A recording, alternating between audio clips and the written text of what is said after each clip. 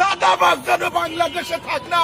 এই দেশে চাঁদা হয়, এই চাঁদা বিদেশ যায়। সকালবেলা ভাই আমি একটা যাত্রী নিয়ে অ্যাপসে আফতাবনগর থেকে সদরঘাটে আসছি। আমি যাত্রী নামাইয়া 1 সেকেন্ড চাঁদাবাজ যেন বাংলাদেশে থাক না।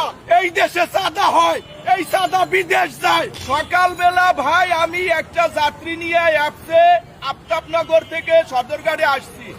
আমি যাত্রী নামাইয়া 1 সেকেন্ড টার্মিনালে আমি দাঁড়াই নাই। টার্মিনাল থেকে আমি বের হওয়ার সময় 2 জন লোক হলুদ পোশাক পরা, দেখতে একদম চোরের বাচ্চার মতন চেহারা।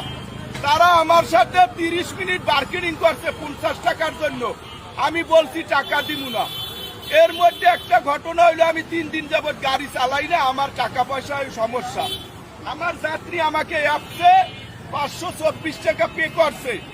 আমি ওগো টাকা কেন দিব? এখানে তো আমি টার্মিনালে গাড়ি রাখি নাই।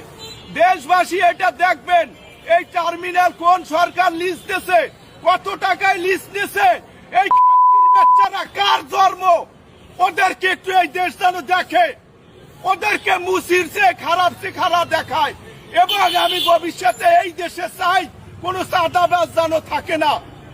এই দেশে চাঁদা হয়, এই চাঁদা বিদেশ যায়। চাঁদাবাজ যেন বাংলাদেশে থাকে না, মুসির যেন থাকে না, ছোট লোকের বাচ্চা যেন থাকে না। এভাবে আর কতদিন?